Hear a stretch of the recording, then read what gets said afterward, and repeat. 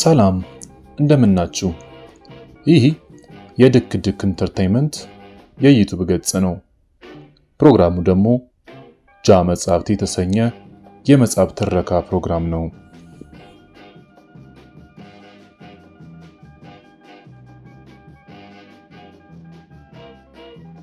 በክፍል 11 ትረካችን ወቅት ፓፒዮና ጓደኞቹ ተደብቀውበት ከነበሩ ትንሽ የጅረት ውስጥ ባገኙት አንድ ወዳጃቸው አማካኝነት በአቅራቢያ ወደሚገኝ የተሻለ እርዳታ ሊያገኙበት ወደሚችሉበት ነገር ግን ቆማጣዎች ብቻ ወደ ሞሉባት ደሴት እርዳታን ፍለጋ ጉዞው እንደጀመሩና ወደ ደሴቷም እንደደረሱ አድምጠን ነበር።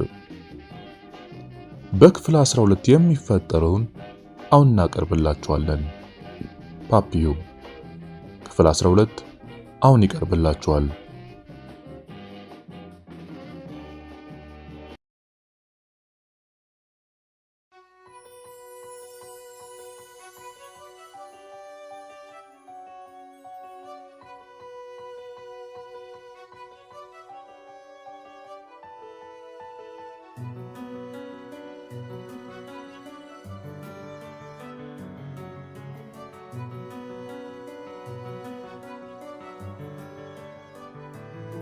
እኔን ለመውሰድ መጥቶ የነበረው ከድንክ የማይሻለው ላፑስ ከምድጃው በላይ ከሚገኝ ግድግዳ ላይ ወደ ተሰራ አንድ ቁም ሳጥን ሄደና አዲስ በሚያንጸባርቅ ንጹህ ጎድጓዳ ሳህን ላይ ጠርሙስ ውስጥ የተቀመጠ ቡና ቀርቶ ምድጃው ላይ ጣደ። ከትንሽ ደቂቃ በኋላ ሳህኑን አነሳውና በኩባያዎቹ ቀዳ።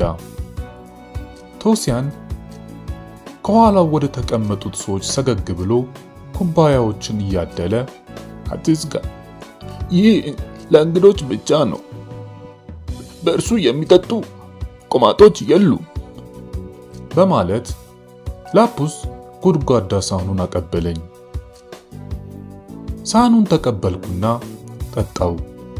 ከዚያም ጉልበቴ ላይ ያሳረፍኩት። በዚያው ወቅት አንዳች ጣት በሳህኑ ላይ መጣበቋን ተመለከትኩ። ይህ በማይበት ጊዜ ነበር ላፑስ ወይ መከራ፣ ደግሞ አንድ ሌላ ጣት ጣልኩ፣ ወዴት አባቷ ሄደች ያለው። ይቺውና አልኩና ሳህኑን አሳየሁት። መንጨቆ አነሳና እሳት ውስጥ ወረወራት። መጠጣት ትችላለህ፣ የያዘኝ ደረቅ ቁምጥና ነው፣ የማልቀው እየተቆራረጥኩ ነው፣ ግን አልሸትም፣ አስተላላፊም አይደለሁም፣ የኔ ደረቅ ነው አለ። የሚጠበስ ስጋ ጠረን አወደኝ። የእርሱ ጣት መሆን አለበት። ዝቅተኛ ማዕበል እስኪሆን ድረስ ቀኑን ሙሉ እዚህ መዋል አለብህ። ሂድና ለጓደኞች ንገራቸው። የተሰበረውን ጓደኞችን ከጎጆቹ ወደ አንደኛው አምጣው። ያላችሁ ማንኛውንም ነገር ከጀልባ ውስጥ አውጡና አስቀምጡት። እዚህ ሊረዳችሁ የሚችል ማንም ሰው የለም። ለምን እንደሆነ ደግሞ ይገባል አለ ቶሲያን። ወደ ባልደረቦቼ የተመለስኩና ከኮሎሴው ጋር ተሸክመን ወደ ጎጆዋ አመጣ ነው። ከአንድ ሰዓት በኋላ ማንኛውም ነገር ከጀልባው ላይ ወጥቶ በጥንቃቄ ተቀመጠ። ጀልባዋን በተጨማሪ አንድ መቅዘፊያ በስጦታ እንድናበረክትለት ላፑስ ጠየቀኝ። ሰጠሁትና እርሱ ከሚያውቀው አንድ ልዩ ቦታ ሊደብቃት ወሰደ። ሌሊቱ በፍጥነት ሄደ። ሶስታችንም ቶሲያን በላከልን አዲስ ብርድ ልብሶች ተጠቅልለን ጎጆዋ ውስጥ ተኛን። ብርድ ልብሶቹ ከፋብሪካ ሲወጡ በተጠቀለሉበት ወፍራም ወረቀት ውስጥ እንዳሉ ነበር። እንደዚያ እንደተጋደምን ወደ ደሴቷ ከመጣን ጀምሮ ከቶሲያን ጋር የተዋዋልኩትን የሽያጭ ስምምነት ለኮሎሴውና ለማቾሬ በዝርዝር አወራዋቸው። እንግዲህ ለማምለጥ በእርግጥ 6000 ፍራንክ ሊያስወጣን ነው። ግማሹን እኔ ከፍላለሁ ፓፒዮ፣ ያው ማለት ያለኝ በሙሉ 3000 ፓውንድ ስለሆነ አለ ኮሎሴው አፉ እንዳመጣለት። ይኸውልህ ስለ ገንዘብ ለመጨቃጨቅ አይደለም። ገንዘብ እስካለኝ ድረስ እኔ እከፍላለሁ፣ ከዚያ ደግሞ እናያለን አልኩት። ሌሊት ብቻችንን ነበርን። ሲነጋ ቶሲያን ወደኛ መጣ። እንደምን አደራችሁ? ወደ ውጭ ለመውጣት አትፍሩ። እዚህ ማንም የሚያስቸግራችሁ ሰው የለም። በወንዙ ላይ ስለሚንቀሳቀሱት የፖሊስ ጀልባዎች በደሴቷ አናት ከሚገኝ አንድ የካካኦ ዛፍ ላይ ሆኖ የሚጠባበቅ ሰው አለ። እስካሁን ምንም አላየንም። አንድ ነገር ሲያይ ወደ ታች ይመጣና ይነግረናል። ካስፈለጋችሁ ፓፓያ ራሳችሁ ቁረጡ።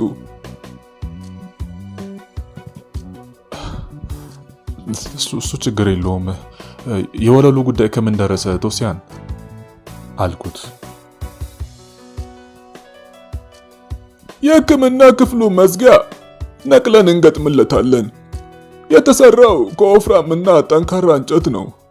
ወለሉ 2 ጣውላዎችን ይፈልጋል። ማታውኑ ጀልባዋን ወደ ላይ አውጥተናታል። መተህ ተመልከታት። ሄድን። ርዝመቷ 5 ጫማ የሆነ አንድ የተረዳ መትከያ ጉድጓድና 2 አግዳሚ መቀመጫዎች ያሏት አዲስና ድንቅ የሆነች ጀልባ ነበረች። ከባድ ስለነበረች ማቹሬና እኔ ሆነን ለመገልበጥ አቅቶን ነበር። እንደዚሁም የንፋስ ሸራውና ገመዶቹም አዲስ ነበሩ። ለበርሜል ውሃ መስቀያ የሚሆኑ ቀለበቶች ከጎን ይገኛሉ። መስራት ጀመርን። በረጅም ቬቲዎችና በ4 የብረት ማገሮች በጥብቅ የተሰራ አንድ ጠንካራ ወለል ከፊቷ እስከ ኋላዋ ድረስ ከሳት በኋላ ተገጠመላት። ቆማጣዎቹ ዙሪያችንን ከበው በጸጥታ ይመለከታሉ። ምን ማድረግ እንደሚኖርብን ቶሲያን ይመረናል፣ እኛም እንታዘዛለን። በቶሲያን ፊት ላይ ምንም የቁስል ምልክት የለበትም። በእርግጥ እንደ ማንኛችንም እንከን የሌለበት ይመስላል። ነገር ግን ሲናገር በአንድ በኩል ያለው ፊቱ ማለትም የግራው ፊት ብቻ የሚንቀሳቀስ መሆኑን ተገነዘብ። የእርሱም እንደዚሁ ደረቅ ቁምጥና መሆኑን ነገረኝ። ከቀኝ እጁ ጀምሮ ግማሽ አካላቱ በድን እንደሆነና የቀኝ ባቱም በቅርቡ ተቆርጦ እንደሚወድቅ ይጠበቃል። የቀኝ አይኑም ቢሆን ልክ እንደ ጠርሙስ አንድ ቦታ የተተከለ ነበር። ሊያይበት ይችላል፣ ነገር ግን ሊያንቀሳቅሰው አይችልም። ማንም ሰው ቢሆን ይህንን አሳዛኝ እድላቸውን ባያየው ምኞቴ ነው። በመስራት ላይ ያለው ከቶሲያን ጋር አወራን። ሌላ ማንም የሚናገር ሰው የለም። ሆኖም ከብረት ማዕዘኖቹ አንዱን ለማንሳት ስል ከመካከላቸው አንዱ አጥቃቸው አንደኛውን ብረት እነቅላለሁ ስል ራሴን ቆርጬ ስለነበረ ደግሞ ለመጥረግ ብሞክርም አልተቻለኝም አለኝ። ሌላው ቆማጣ በላዩ ላይ ሩም አፈሰሰበትና በእሳት አቃጠለው። ከዚያም እየደጋገመ እንደዚሁ አደረገ። ፓፒዮ አሁን ልትጠቀም ትችላለህ አለ ሰውየው በመስራት ላይ እንዳለ። ቶሲያን ከሰዎቹ ለአንደኛው እንደዚህ አለው። አንተ ብዙ ጊዜ ከደሴቲቷ ውጪ ተመላልሰሃል። ፓፒዮና ጓደኞቹ ግን እንግዶች ናቸው። ታዲያ እንዴት እንደሚያደርጉ እስኪ ምከራቸው አለ። ዛሬ ማዕበሉ ጸጥ እንዳለ ይቆያል። በ9 ሰዓት ላይ እየገፋ መሄድ ይጀምራል። በ12 ሰዓት አካባቢ እስከ ወንዙ አፍ ድረስ ያለው 60 ማይል በ3 ሰዓት ጊዜ ውስጥ ለመሸፈን የሚረዳችሁ ኃይለኛ ማዕበል ይነሳል። ከምሽቱ 3 ሰዓት ጀልባችሁ ከአንድ ጠንካራ ዛፍ ጋር ደህና አድርጋችሁ በማሰር ከሌሊቱ 6 ሰዓት የሚነሳው ማዕበል መጠበቅ ይኖርባችኋል። ይህ ማዕበል እስከ ንጋቱ 12 ሰዓት ይቀጥላል። ግን በዚያ ወቅት አትንቀሳቀሱ።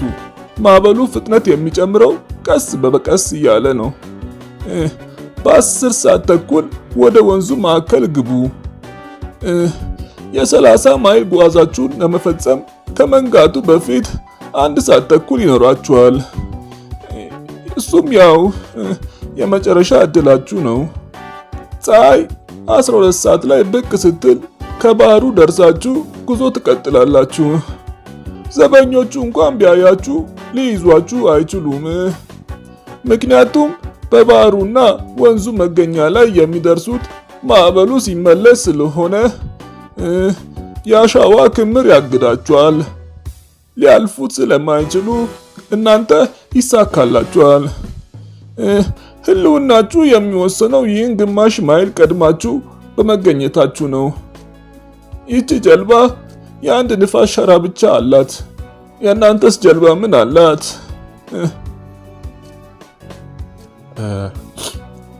የኛ ጀልባ አንድ ንፋስ ሸራና አንድ አቅጣጫ ማስተካከያ ሸራ አላት። ይህች ከባድ ጀልባ ናት። ከፊት ጀምሮ እስከ ምሰሶ የሚዘረጋ ባለ አንድ 3 ማዕዘን ሸራና የአቅጣጫ ማስተካከያ ሸራ እንዲሁም 2 ተጨማሪ ሸራዎች አሏት። ሸራዎቹን በሙሉ ወጥራችሁ በቀጥታ ወደ ማዕበሎቹ ግቡ። ከወንዙና ከባህሩ መገኛ ላይ መጎዱ ሁል ጊዜ ከባድ ስለሚሆን ጀልባዋን ለማረጋጋት ጓደኞችን ከጀልባዎቹ ስር ለጥ ብሎ እንዲጋደሙ አድርግና አንተ መሪውን ግጥም አድርገ በእጅ ጨብጠው። ገመዱን ከባት ላይ እንዳታስር፣ ግን በቀለበቱ ውስጥ አሳልፈ አንድ ጊዜ በእጅ ላይ ጠምጥመ ያዘው። የንፋሱ ኃይል የማዕበሉ መጠን ተጨማምሮ የሚገለብጣችሁ መስሎ ቢታይም ብዙ እንዳትጨነቅ። ጀልባዋ በገዛ ራሷ ወዲያውን ሚዛኗን ትጠብቃለች። አትቁሙ። ዋናውን የንፋስ ሸራ ወደ ንፋስ አቅጣጫው አድርግና የ3ቱ ማዕዘን አቅጣጫ ማስተካከያውን ሸራውን ሳታወርድ መጓዝን ዝም ብላ ቀጥል። ባህሩ ጸጥ ሲል የንፋስ ሸራውን ለማውረድ ጊዜ ይኖራል። ከዚያ እንደገና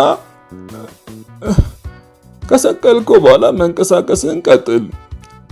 ለመሆኑ የጉዞ አቅጣጫን ታውቀዋለህ ፓፒዮ?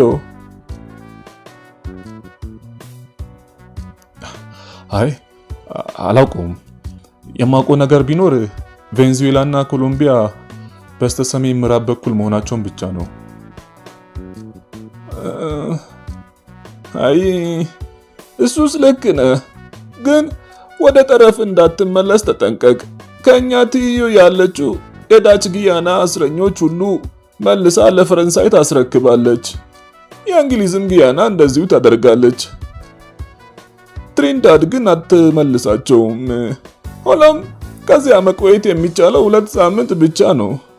ቬንዙዌላ ለ1 ወይም ለ2 ዓመት በመንገድ ስራ ብርጌድ ውስጥ ከሰራችሁ በኋላ ትመልሳችኋለች። በጥሞና አደመጥኩት። በየጊዜው ከደሴቷ መውጣቱን ነገረኝ። ቆማጣ ስለሆነ በአጭር ትዕዛዝ ዘወትር እየተባረረ ይመለስ ነበር። ከእንግሊዟ ጊያና ጆርጅ ታውን ግን ፈጽሞ ርቆ እንዳልሄደ ተናገረ። በባዶ እግሩ ስለነበረ ለማየት እንደቻልኩት ጣቶቹን በማጣቱ እንጂ በግልጽ ቆማታ የሚባል አልነበረም። የነገረኝ መመሪያዎችን እንድደጋግማቸው ቶሲያን ጠየቀኝ። አንድ ስህተት ሳላደርግ ቃል በቃል መለስኩለት። በዚህም ነጥብ ላይ እንዳለን ዮሐንስ ፐር በተንጣለለው ባህር ላይ ምን ያህል ጊዜ ማጥፋት ይኖርባታል አለው። በቀጥታ ራሴን መለስኩለት። 3 ቀናት ያህል ወደ ሰሜን ምስራቅ እጓዛለሁ። ማለትም ወደ ሰሜን አቅጣጫ በሚሄደው የውሃ አዙሪት ላይ። 4ኛው ቀን ግን ወደ ሰሜን ምዕራብ እመለሳለሁ።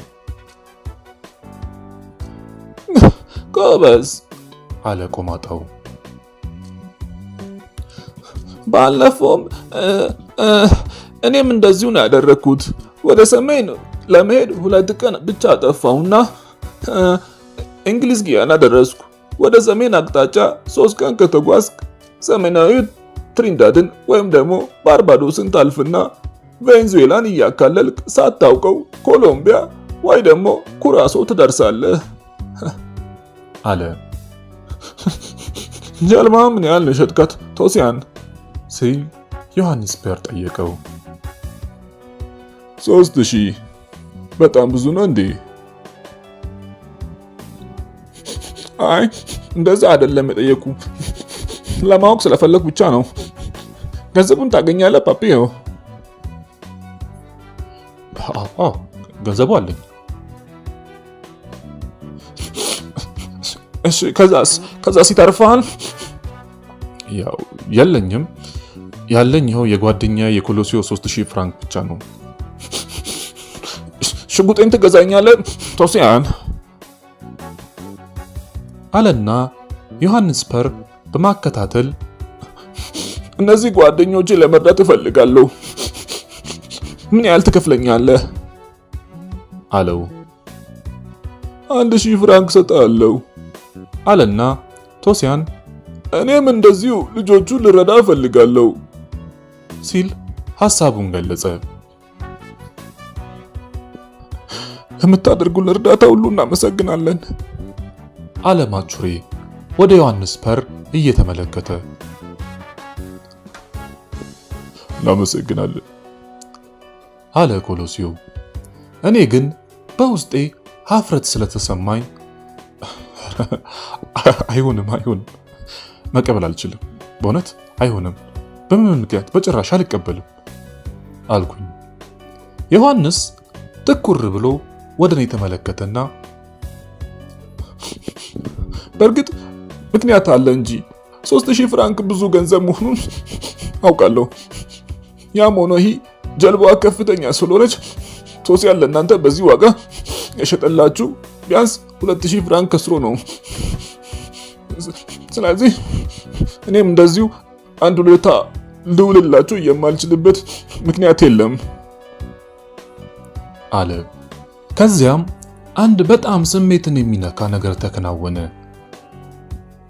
ላሽዊት አንድ በርኔጣ ከመሬት ላይ ያስቀመጠና ቆማጣዎቹ ሁሉ እየመጡ ብሮቻቸውንና ሳንቲሞቻቸውን ይወረውሩ ነበር። ከየአቅጣጫው በመምጣት የመጨረሻውን ዝቅተኛው ሰው ሳይቀር አንድ ነገር ያስቀምጣል። አሁን በእርግጥ በጣም አፍሬ ነበር። ትንሽ የተረፈ ገንዘብ እንዳለኝ አሁን እንዴት አድርጌ ልነግራቸው እችላለሁ? ወይ እግዚአብሔር! ምን አይነት አጋጣሚ ነው! በዚህ በጎ አድራጎት መካከል ይህንን መናገሩ ደግሞ ውርደት ሆኖ ታየኝ።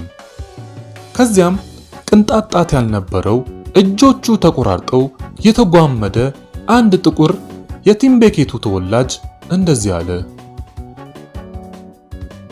ገንዘብ ለኛ ኖሮ አይደለም። ለመቀበል ሀፍረት አይሰማችሁ።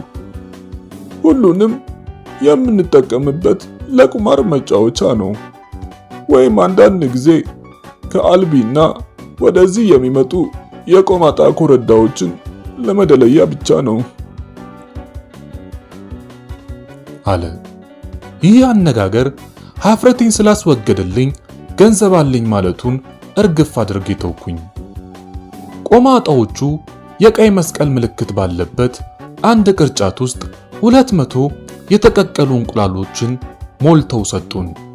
በዚያን ቀን ጠዋት ከዕለቱ የመድኃኒት ራሽን ጋር መጥቶላቸው የነበረ ያው ቅርጫት ነበር። በተጨማሪ ቢያንስ እያንዳንዳቸው 60 ፓውንድ የሚመዝኑ 2 ኤሊዎችን ከነነብሳቸው፣ የትንባሆ ቅጠሎችን፣ 2 ፓኮ ክብሪትና አንድ መጫሪያ፣ 100 ፓውንድ የሚመዝን አንድ ከረጢት ሩዝ፣ 2000 ኬሻ ከሰል፣ ከሕክምና ክፍል የተወሰደች አንዲት ፔርሙስና አንድ ጀሪካን ነዳጅ ሰጡን። በዚህ ጎስቋላ ማህበረሰብ ውስጥ ያለ ሁሉም ሰው በእኛ አስጊ ሁኔታ ስሜቱ ተነክቶ ሊረዳን ፈለገ። የእኛ ማምለጥ ለነርሱ እንደሆነላቸው ይመስል ነበር። ጀልባዋ በመጀመሪያ እኛ አርፈንበት ወደ ነበረው አካባቢ ተጎተተች። ባርኔጣቸው ውስጥ ያለውን ገንዘብ ሲቆጥሩት 810 ፍራንክ ሆነ። የቶሲያንን ዕዳ 1200 ፍራንክ ብቻ ነበር። የገንዘብ መደበቂያ ቱቦዬን ኮሎሲዮ ሰጠኝና በሁሉም ፊት ከፈትኳት። ባለ 1000 ፍራንክ ኖትና እያንዳንዳቸው ባለ 500 ፍራንክ ኖት ይዛለች። ለቶሲያን 1500 ፍራንክ ሰጠውትና 300 ፍራንክ መልስ በመስጠት ላይ እንዳለ ያውልህ ሽጉጡንም ውሰድ፣ እሱ የኔ ስጦታ ነው። ብቸኛ እድልም ይሄ ነው። በመሳሪያ ጦት ምክንያት በመጨረሻ ላይ እድል እንዲኮላሽ አልፈልግም። ግን ለክፋት እንደማትጠቀምበት ተስፋ አደርጋለሁ አለ። በቅድሚያ እርሱን ከዚያም ሌሎቹን ሙሉ እንዴት አድርጌ እንደማመሰግናቸው አቃተኝ። ጤና ረዳቱ በአንድ ትንሽ ሳጥን ውስጥ ጥጥ፣ አልኮል፣ አስፕሪን፣ ፋሻል፣ አዮዲን፣ መቀስና ማጣበቂያ ያዘጋጀልን።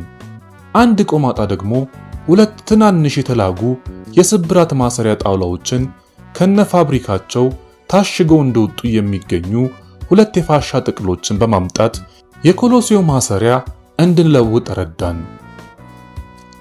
11 ሰዓት ገደማ ላይ ዝናብ መጣል ጀመረ። እድል አጋጠማችሁ። ዝናቡ አዳኞቹ እናንተን ከማየት ያግዳችኋል። በግማሽ ሰዓት ቀድማችሁ የመነሳት እድል ይኖራችኋል። ቅድሚያ ስለሚሰጧችሁ አሁን መሄድ ትችላላችሁ። ጠዋት ላይ ወደ ወንዙ አፍ ቶሎ እንድትቃረቡ ይረዳችኋል አለ ዮሐንስ በር።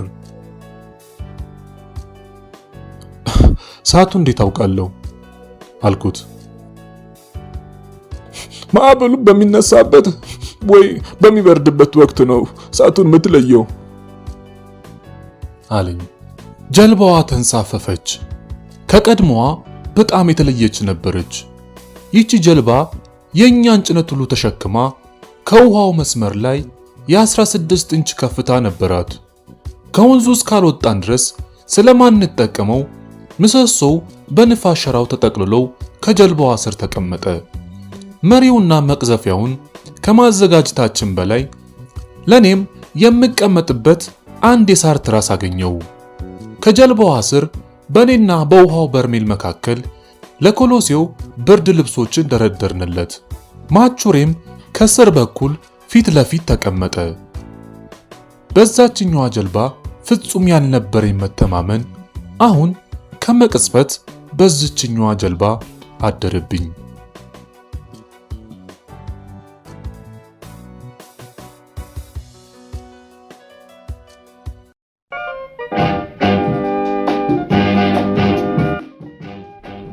ክፍል 12 ያደመጣችሁትን ይመስል ነበር። በክፍል 13 የሚፈጠረውን ለማድመጥ ይሄንን ቻናል ሰብስክራይብ በማድረግና የደወል ምልክቷን በመጫን ቤተሰብ ይሁኑ። ፓፒዮ ክፍል 12 እንዲህ ተጠናቋል።